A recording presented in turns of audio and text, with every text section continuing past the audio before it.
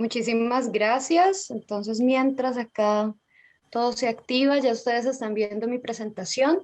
Sí, podemos ver ya su presentación y al finalizar su ponencia, los participantes van a realizar unas preguntas. Invito una vez más y recalco a que puedan preguntarle a la doctora todo en cuestión en relación a la temática que ella vaya a exponer.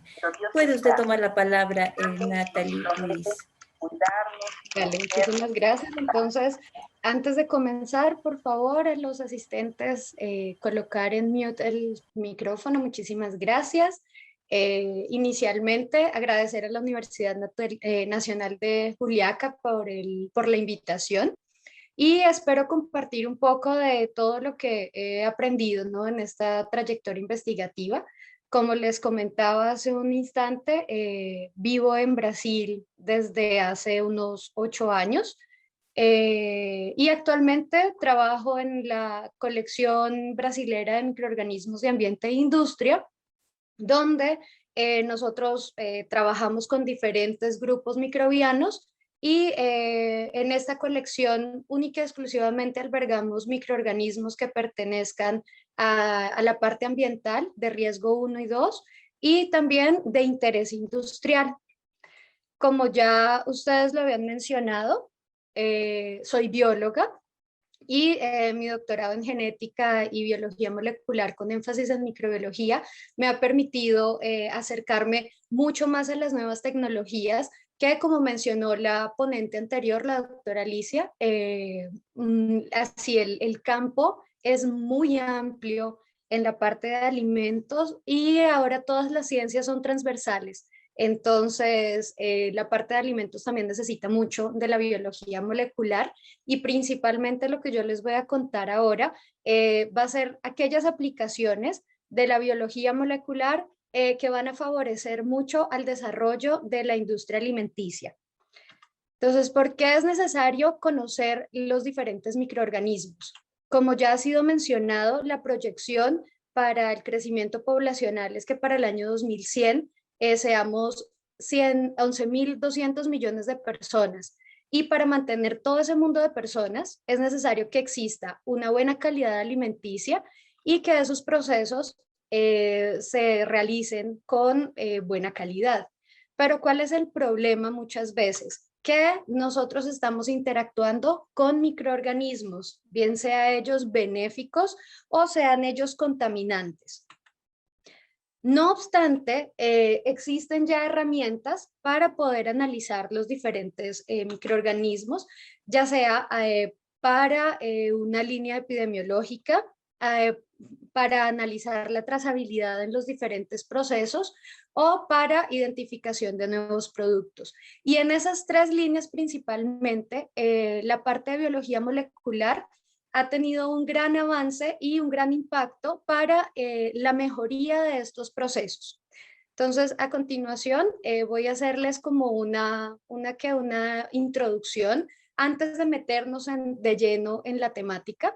Entonces, para realizar el análisis de los microorganismos, las técnicas antiguas planteaban realizar cultivos microbiológicos basados principalmente en medios que pueden ser cromogénicos, que van a facilitar mucho la identificación de microorganismos y unas técnicas modernas que son las técnicas independientes de cultivo. Ellas inicialmente fueron diseñadas para realizar análisis ecológicos, pero con el avance que ha tenido la parte de secuenciamiento y toda la parte de identificación de microorganismos, estas técnicas independientes de cultivo están dentro de diferentes áreas, ya no solamente están en la parte de ecología. Y es muy común que las dos técnicas para el análisis de los microorganismos estén trabajando en conjunto. Pero ¿de dónde viene toda esta historia? Todo comienza en 1869 con el análisis de unos compuestos, de unos componentes, perdón, de las células del pus. Este doctor Frederick Miesker hizo la primera extracción de ADN y separó diferentes componentes que aparecían en estas células de pus y lo denominó como nucleína. A partir de ahí, diferentes investigadores comenzaron a realizar análisis sobre estos compuestos y lo denominaron ácido nucleico, como lo tenemos acá. Y posteriormente fueron identificadas algunas estructuras pertenecientes a ese ácido nucleico. Ya en 1953, ya esta historia es un poco más conocida por todos, los investigadores Rosalind Franklin y Maurice Wilkes identificaron mediante cristalografía de proteínas que la estructura del DNA era una doble hélice, que es lo que se observa acá. Y en el mismo año, los doctores Watson y Crick consiguieron armar todo el rompecabezas que estos bases nitrogenadas junto con azúcares y fosfato estaban organizados en una doble hélice antiparalela, que fue lo que les permitió a ellos ganarse el Nobel, y también una serie de conflictos a nivel de autoría, porque hay quienes dicen que la que realmente descubrió todo esto fue Rosalind Franklin, pero ellos dicen que no, y en fin, hay que darles el mérito a los 4 investigadores por descubrir cómo es esta molécula de ADN. Y a partir de estas investigaciones, tenemos todo este vasto conocimiento de los diferentes tipos de DNA. Este de acá es el DNA, la conformación de un DNA bacteriano, y que los organismos que están en la Tierra, todos van a presentar DNA y en algunas ocasiones, como el caso de los virus, van a presentar otra molécula similar que va a ser el ARN o ácido ribonucleico. A partir de esos análisis de ADN, entonces vamos a tener las nuevas tecnologías basadas inicialmente aquí en el descubrimiento de la DNA polimerasa. Esta enzima, la DNA polimerasa, la tenemos todos en las células, bacterias, hongos y resto de animales y plantas, porque ella es como una fotocopiadora. Ella ayuda a que el material genético sea duplicado dentro de la célula y va a permitir el crecimiento de nuevo material. Entonces, hacer el aislamiento a partir de una bacteria de este DNA polimerasa marcó un hito histórico en las ciencias biológicas y ha permitido replicar muchos procesos biológicos a nivel in vitro. También comenzaron a aparecer los primeros secuenciamientos, que es de lo que más nos vamos a enfocar aquí en esta charla, porque a través del secuenciamiento, acá inicialmente fue del RNA de transferencia, que es una estructura que se encarga de llevar los aminoácidos para la construcción de las proteínas. Entonces, a partir de conocer las secuencias, se creía, ¿no?, antiguamente, que íbamos a descubrir todo de cómo construir un organismo y cómo mejorarlo. Pero pues lo que ocurrió fue que quedamos todavía más confusos porque la interacción genética es mucho mayor y tenemos muchas letras en nuestro código genético.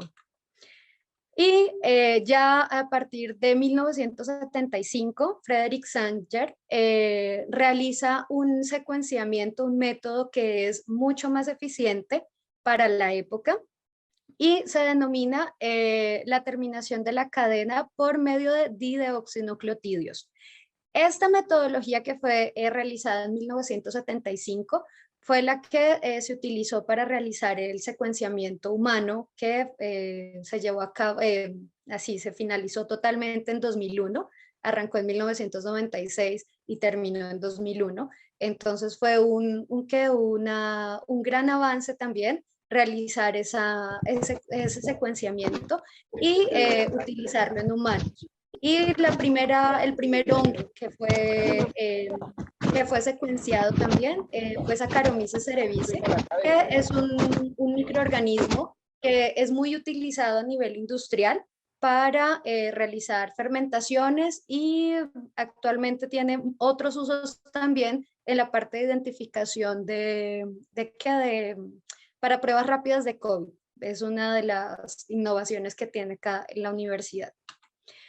Y a partir de 1983, este bioquímico, Kary Mullis, él unió toda la tecnología de la DNA polimerasa para realizar un proceso que ahorita estamos utilizando mucho, que es la reacción en cadena de la polimerasa.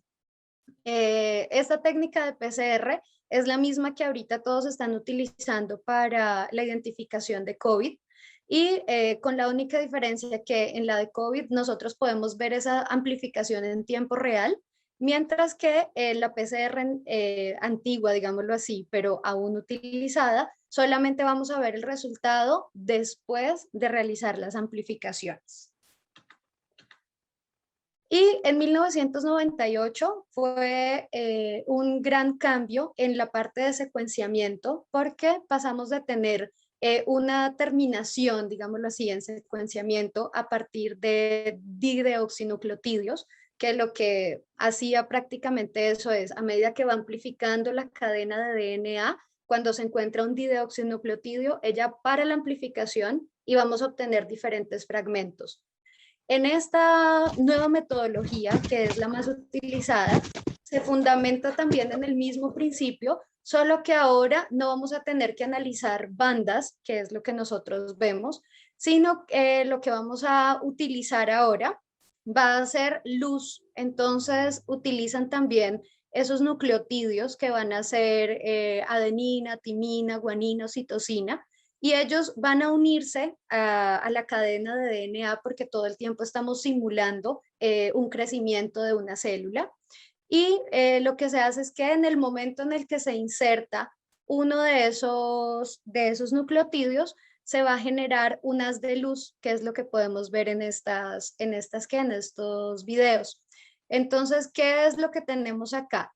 Que estamos conociendo cuál es el contenido, ya sea en los cromosomas humanos, cromosomas de vegetales o en el cromosoma de un hongo, de una bacteria, a través de estas nuevas tecnologías, y que nos permiten realizar diferentes procesos, ya sea analizar un gen o analizar en este caso un genoma completo en menor tiempo. Entonces, como les había comentado, el genoma humano fue secuenciado desde el 96 hasta el 2001. Y ahora podemos secuenciar un genoma de una bacteria en 3 horas, y una bacteria es casi un quinto de los cromosomas que nosotros tenemos. Entonces, gracias a todo el avance de esta tecnología, se ha podido realizar los procesos de secuenciamiento mucho más rápidos y eficientes, y a medida que va pasando el tiempo, la cantidad de material que podemos analizar es mucho mayor. Ya en el año 2009 apareció la última fase de las tecnologías de secuenciamiento de nueva generación, en la cual ya no necesitamos partir el DNA para poderlo analizar. Este secuenciamiento por tecnología de nanoporo nos permite analizar todo el cromosoma del organismo que nosotros querramos estudiar, y generar eh, unas bandas mucho mayores, pero ya no son bandas visuales, sino que todo lo vamos a manejar a través de tecnología bioinformática. Ahora, ¿para qué nosotros analizamos o por qué nosotros necesitamos conocer toda esta parte de la biología molecular? Primero, para realizar, como ya les había comentado en la diapositiva anterior, para poder analizar la parte epidemiológica, la trazabilidad, o descubrir si nuestros organismos pueden producir nuevas enzimas. Aunque mi charla está enfocada básicamente en la parte microbiana, estas tecnologías también son aplicables a vegetales, y también es posible que nosotros, a través de un estudio de genoma completo, como es el que aparece acá, podamos observar si, por ejemplo, la planta que fue presentada en la exposición anterior puede producir algún otro compuesto nutracéutico que sea de interés, y se puede extraer o se pueda cortar ese gen que es de interés e insertarlo en una bacteria. Entonces, todo esto para conseguir cumplir con las demandas de la población. Entonces, para los análisis de bacterias, siempre vamos a utilizar los genes ribosomales del 16S, perdón. Para hongos se utilizan los espaciadores intergénicos y algunos estudios también se pueden realizar a partir de secuenciamiento completo de genoma y a partir de todas estas informaciones que nosotros podemos obtener de los diferentes microorganismos, podemos realizar análisis in silico, que traduciéndolo al lenguaje común van a ser análisis por computador. Esto que estamos observando acá son las famosas bandas que yo estaba comentando ahora, que prácticamente en el futuro nosotros ya no vamos a necesitar realizar estos geles de electroforesis porque todo se está cambiando para la tecnología de secuenciamiento de nueva generación. ¿Y esto qué ha generado o cuál ha sido el impacto a lo largo de la historia? En la biología molecular nosotros hablamos de un dogma central en el cual el DNA se duplica, él es transcrito a RNA, es traducido a una proteína y es expreso en un fenotipo que en últimas es lo que nosotros queremos. Pero a partir de ese acople de la biología básica con la biología molecular, tenemos diferentes líneas de acción como son la genómica, la transcriptómica, la proteómica y la metabolómica. Y en todas estas áreas, aquí también pueden estar incluidas las personas que trabajan con el área de alimentos, ya sea para buscar metabolitos secundarios en plantas o en microorganismos también, que tengan una representatividad en la calidad de vida de los humanos. Ahora les voy a presentar algunas aplicaciones de todas estas tecnologías de las cuales les comenté así como en esta línea de tiempo. Entonces, inicialmente vamos a comenzar con algunas aplicaciones epidemiológicas. Aquí yo les traigo un artículo en el cual la aplicación es a nivel de cepas, en el cual utilizaron un análisis metagenómico, o sea que analizaron simplemente las poblaciones bacterianas, en este caso pertenecientes a Salmonella, asociadas a un brote alimenticio. Este brote sucedió en Bélgica entre los días del 5 y 14 de septiembre de 2019. ¿Qué sucedió? 200 personas, entre estudiantes y profesores, fueron intoxicados a partir de unos alimentos. Este artículo es muy interesante porque él hace el abordaje por los métodos clásicos y por los métodos actuales, que son los métodos nuevos, y observando que realizar todo el proceso convencional, digámoslo así, en cada etapa del proceso va a llevar más o menos un total de 18 días a partir de la aparición de los primeros síntomas, que es acá el día 0, y todos los diferentes estudios que deben ser realizados en el momento de que aparecen los síntomas en una población que posiblemente están enfrentando una intoxicación alimentar. ¿Qué es lo que hicieron estos investigadores? Ellos utilizaron la técnica de Illumina, de secuenciamiento, y a partir de las muestras de alimentos y muestras de heces humanas, lo que hicieron fue identificar los diferentes microorganismos que aparecían en estas muestras para detectar el agente etiológico. Como yo les estaba comentando anteriormente, nosotros lo único que obtenemos al realizar un análisis molecular va a ser un montón de información, mucha información, que solamente la podemos analizar mediante programas de computación. Entonces, al comparar las bacterias identificadas mediante biología molecular, entonces ellos compararon del alimento, todo en su conjunto, y de la salsa que había sido, con la cual habían condimentado el alimento, observando que existían grupos de bacterias que estaban presentes en en estas dos muestras. Si ustedes observan aquí, aquí tenemos simplemente alimento.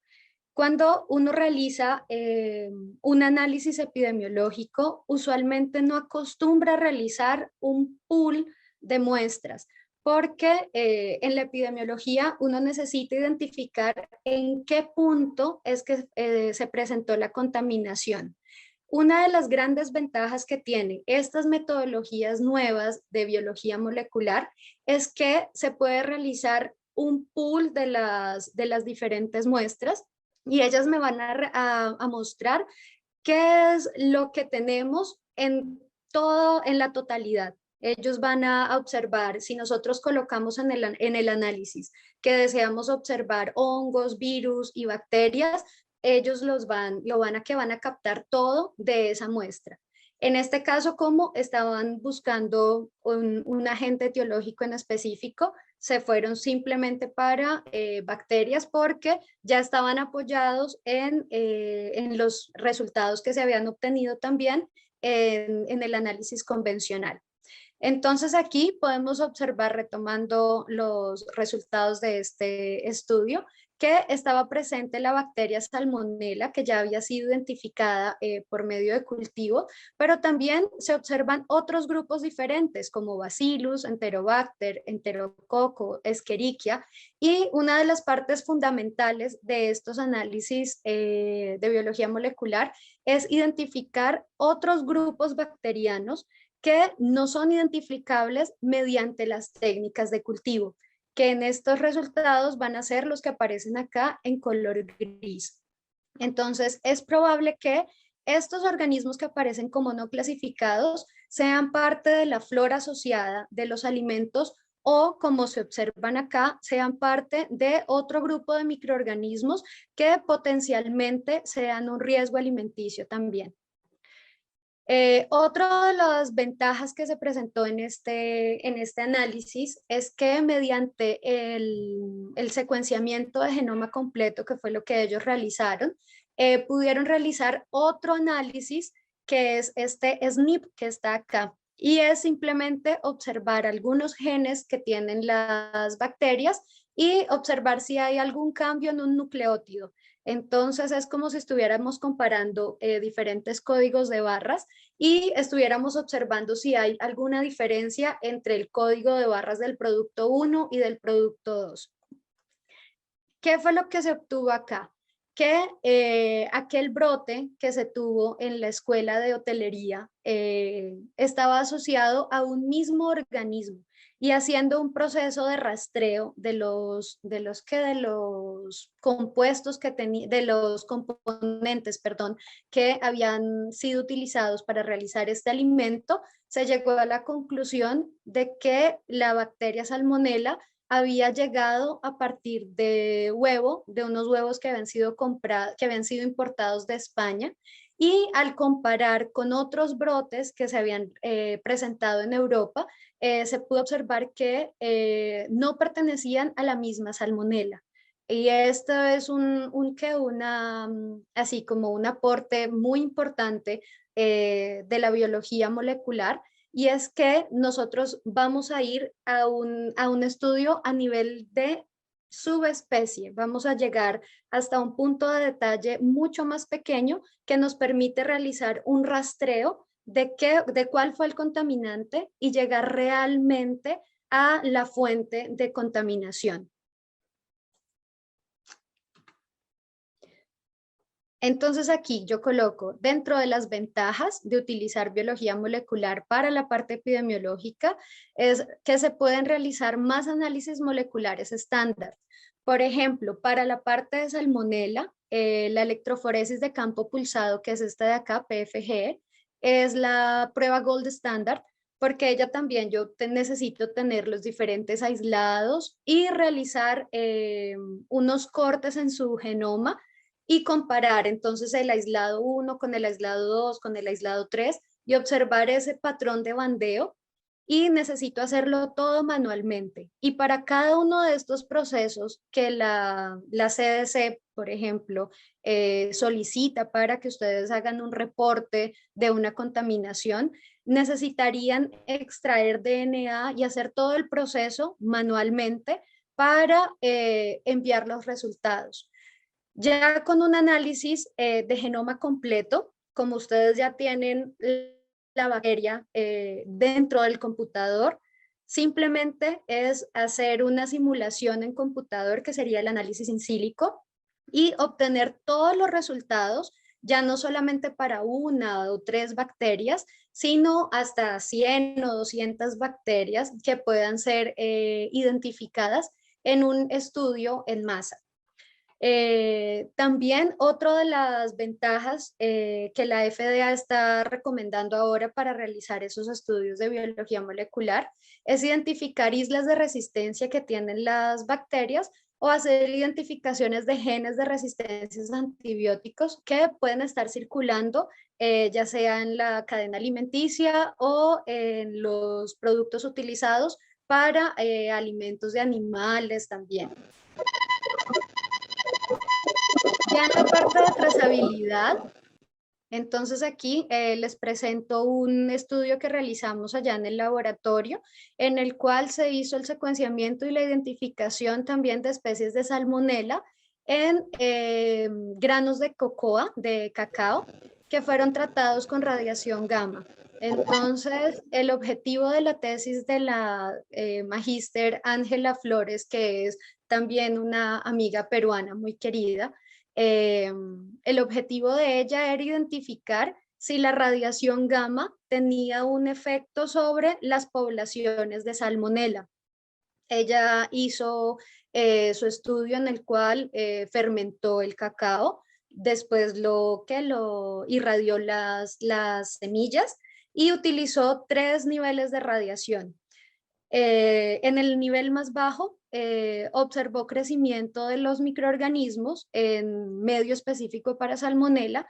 No obstante, ella realizó el aislamiento de todos los organismos que creció y utilizando el gen INF-A, que es el que se recomienda de acuerdo a la norma ISO. Acá tenemos una cepa de salmonela tipo, y se identificaron 2 colonias de salmonela que al hacer el análisis por secuenciamiento antiguo, que es el Sanger, ellas fueron identificadas muy próximas de Salmonella entérica ATCC 1331, y también en los otros organismos que presentaron patrones de bandeo, se identificaron otros organismos como fue Enterobacter, como Klebsiella. Entonces, y la conclusión de su trabajo era que a partir de 3 kilogray es posible tener un control microbiológico en semillas de cacao que pueden ser después utilizadas para consumo. Otro análisis de caso más próximo, acá en Brasil es muy común y principalmente en la región donde yo me encuentro, que es en el estado de Sao Paulo. Este es el polo tecnológico de Brasil. Existen muchas empresas que utilizan biología molecular para diferentes áreas.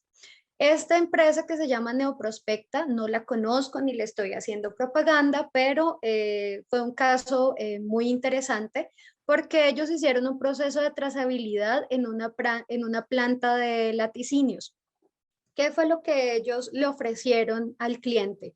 El cliente llegó diciendo que tenía problemas con contaminación.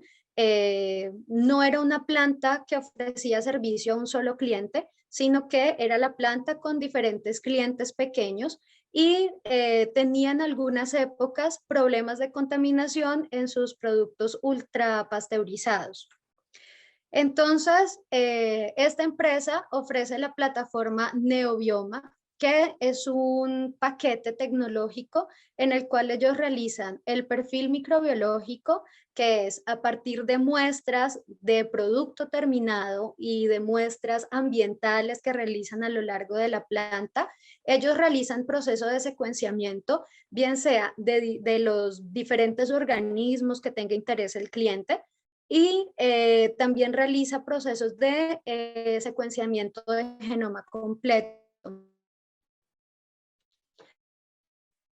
Le ofrece el perfil genético. Son todas esas mismas herramientas utilizadas a nivel epidemiológico, pueden ser utilizadas en los diferentes procesos de trazabilidad y genera finalmente un mapa de riesgos para identificar esos puntos críticos de control que se pueden tener en las diferentes líneas de producción. En este caso, a partir del perfil microbiológico, ellos identificaron bacterias del género Aeromonas, Bacillus, Staphylococcus, Enterobacter y Lactococcus. Y a partir del perfil genético, ellos observaron que otros grupos de organismos aparecían en un punto específico de la cadena, que eran las bacterias Acinetobacter hemolyticus y Pseudomonas fragile, la cual son microorganismos psicrófilos que pueden sobrevivir a esos procesos de ultra alta temperatura. Y como resultado, la recomendación para esta empresa fue realizar una esterilización en la línea de producción después de cada servicio. Entonces, probablemente ellos estaban fallando en ese punto y el uso de herramientas de secuenciamiento de nueva generación les permitió identificar específicamente cuáles eran los organismos que estaban afectando su empresa. Otro también, esta es una revisión más que todo, porque muchos de los estudios que se realizan a nivel general, ya sea de ecosistemas o en diferentes plantas, se analizan solamente hongos y bacterias, pero existe otro tipo de flora asociada y es por la que estamos ahora todos en esta pandemia y son los virus. Entonces, al igual que las bacterias y los hongos, los virus pueden ser buenos o pueden ser malos, y es necesario conocer cuál es la cantidad de virus que están en las diferentes etapas de la producción. Como comentó la doctora Alicia, es siempre importante mirar desde la granja hasta el tenedor, pero no solamente es importante garantizar el alimento, sino también garantizar la calidad microbiológica de cada uno de esos alimentos que se tienen. Y, por ejemplo, como ya les explicaba anteriormente, no es necesario tener unas muestras pequeñas que van a generar altos costos, sino que se pueden generar pools de muestras, ya sea desde la parte inicial de los cultivos, los productos en crudo, después los productos procesados, porque todos ellos van a poder ser analizados por secuenciamiento y vamos a poder observar cuál es el verdadero contenido de ese microbioma que tienen nuestros diferentes productos. Y como les estaba comentando, la FDA tiene esta página que miren, salió en septiembre del año pasado, en la cual ellos están recomendando para realizar esos procesos de trazabilidad de una manera más ágil, adaptar todas aquellas normas ISO para unas metodologías que sean modernas y que obviamente esos laboratorios que realicen esas metodologías van a estar certificados y van a garantizar que los análisis que ellos van a ofrecer van a ser completamente confiables.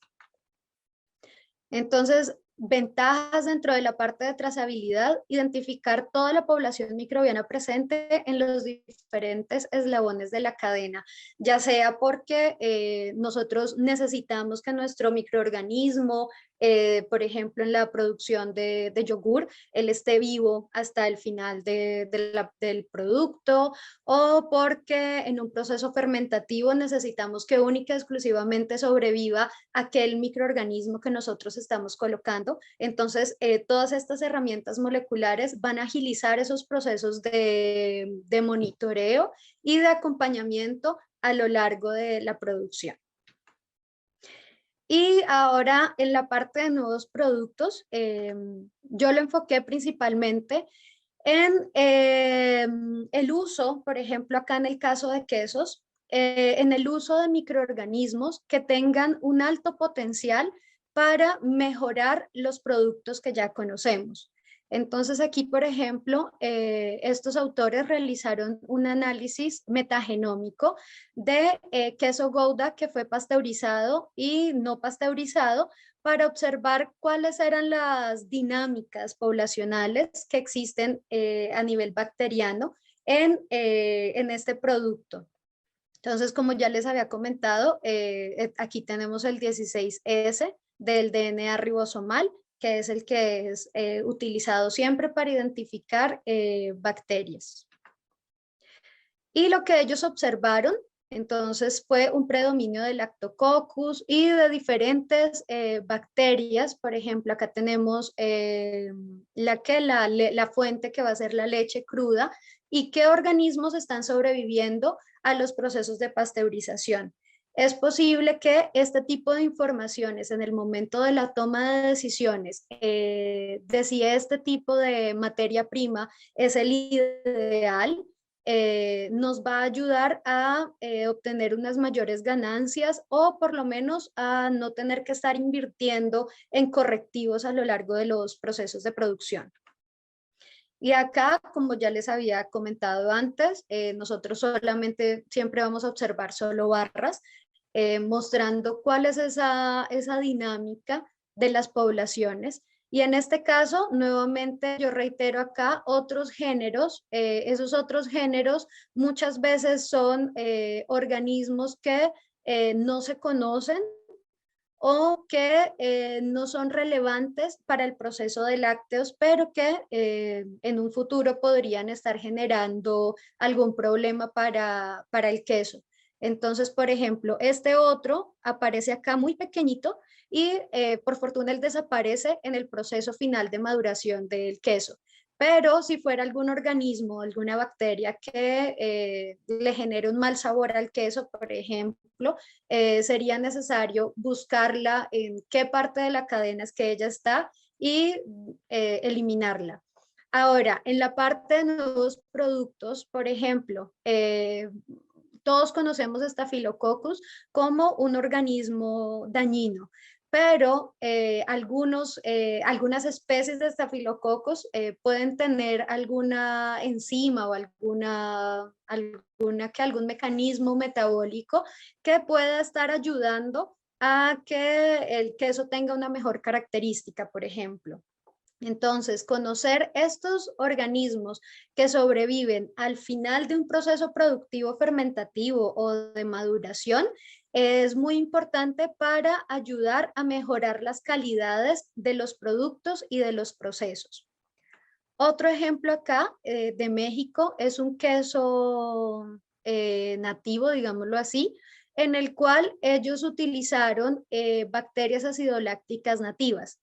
En este artículo, ellos no utilizaron ninguna tecnología molecular, pero me llamó mucho la atención que ellos hicieron un estudio de palatabilidad y al finalizar así este nivel 9 era el queso que ellos sentían que, bueno, que las personas, perdón, sentían que era más rico. Y aquí yo estoy señalando que en el tratamiento 4 fueron de esas 6 bacterias que ellos utilizaron, de esas 6 bacterias acidolácticas, para mejorar ese queso o para hacer el queso bola de queso, algo así era que se llamaba.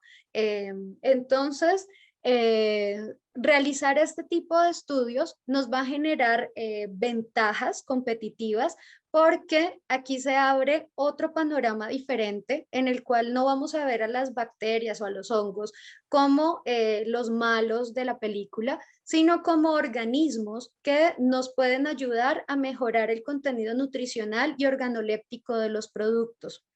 Y para esto, bueno, acá antes de entrar en lo próximo, las ventajas, conocer el potencial de la microbiota nativa y su impacto en la mejora de alimentos o en el caso de los suelos, en la mejoría de suelos agrícolas. Entonces acá ahora entra otra parte muy importante y va a ser el protocolo de Nagoya. Resulta que existe, ¿no?, este protocolo y que ya está implementado en gran parte de los países de Latinoamérica, y principalmente ellos se enfocan en la formación de biobancos y que estos biobancos tengan una parte especial que van a ser las IDA. ¿Por qué estoy comentando esto? Por ejemplo, si los investigadores que tenían estos 6 aislados, ellos pueden caracterizar molecularmente y llegan a identificar estos microorganismos, ellos pueden recurrir a un biobanco para hacer el depósito de su linaje o de su cepa y utilizarlos para sus propios productos. En diferentes países la legislación funciona de manera distinta. Por ejemplo, acá en Brasil, para realizar una patente de producción a partir de un microorganismo, no es necesario que sea depositado en una IDA. No sé cómo sean las condiciones en Perú o en Colombia, pero en Brasil, desde que el microorganismo esté depositado en un biobanco, ya se puede realizar el depósito de la patente. Cabe resaltar que el protocolo de Nagoya no indica que la patente va a ser sobre el recurso genético. La patente es sobre la producción.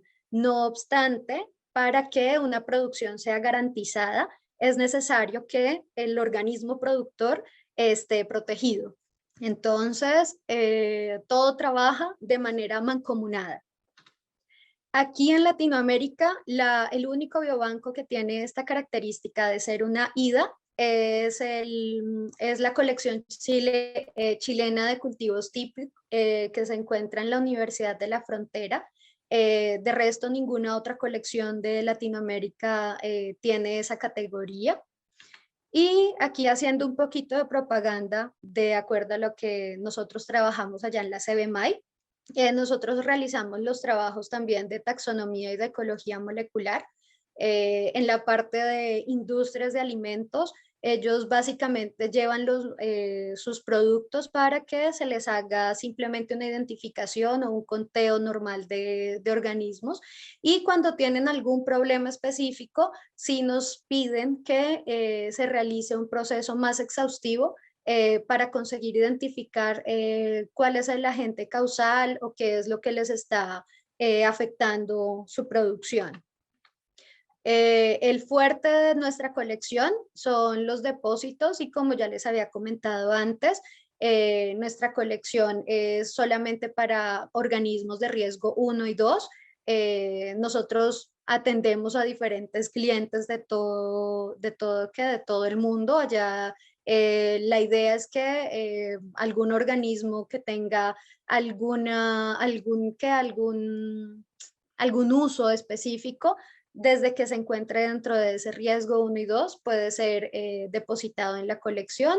Y todas las colecciones del mundo siempre van a exigir ahora el protocolo de Nagoya. ¿Qué es lo que indica ese protocolo de Nagoya? Por ejemplo, si ustedes tienen una levadura que la utilizan para el proceso de fermentación de la chicha, por ejemplo, ese microorganismo ustedes lo pueden depositar en una colección externa a Perú, y por medio del protocolo de Nagoya, cada vez que ese microorganismo sea vendido, bien sea a alguien en Brasil, en Chile, en Venezuela, en cualquier lugar, tiene que ser notificado al depositante de ese microorganismo, o sea, al investigador peruano que llevó el microorganismo a la colección. Y esto sirve para que, de acuerdo a la legislación de cada país, se dé como un tipo de regalías de acuerdo a las ganancias obtenidas a partir de la explotación de ese recurso genético, ya sea una planta o sea un hongo, como en el ejemplo que yo les estaba colocando ahora. Y también nosotros trabajamos mucho la parte de biología molecular, realizando análisis de comunidades microbianas. Principalmente nuestros clientes de esta parte de comunidades microbianas son personas que tienen empresas agrícolas.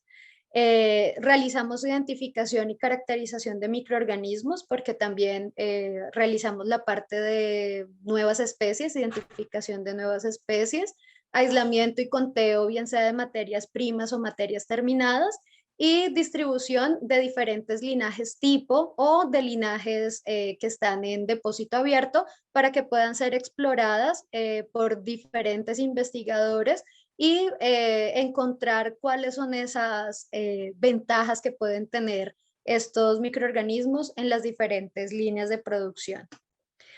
Nuestro equipo, las jefas, que son la doctora Valeria, la doctora Fabiana y la doctora Derlene, y los diferentes técnicos que están ahí. Y nosotros como CBMAI estamos albergados dentro del CPQBA, que es el Centro Pluridisciplinar de Investigaciones Químicas, Biológicas y Agrícolas, donde también el grupo de química, ellos tienen muy buenos equipos que también son utilizados en la parte de alimentos. Ellos tienen unas patentes de usos de aceites esenciales para preparación de concentrados y otras patentes también de mezclas de aceites esenciales para controles de procesos fermentativos de producción de alcohol de segunda generación, creo que es que se trabaja acá. Entonces, estamos todos abiertos siempre para hacer parcerías, para hacer convenios. Ya una compañera, allá en el laboratorio tenemos compañeros que son peruanos también y ya han realizado también proyectos con el CONCITEC en conjunto con el CPQBA y se han obtenido muy buenos resultados tanto a nivel de publicaciones como de retroalimentación entre universidades.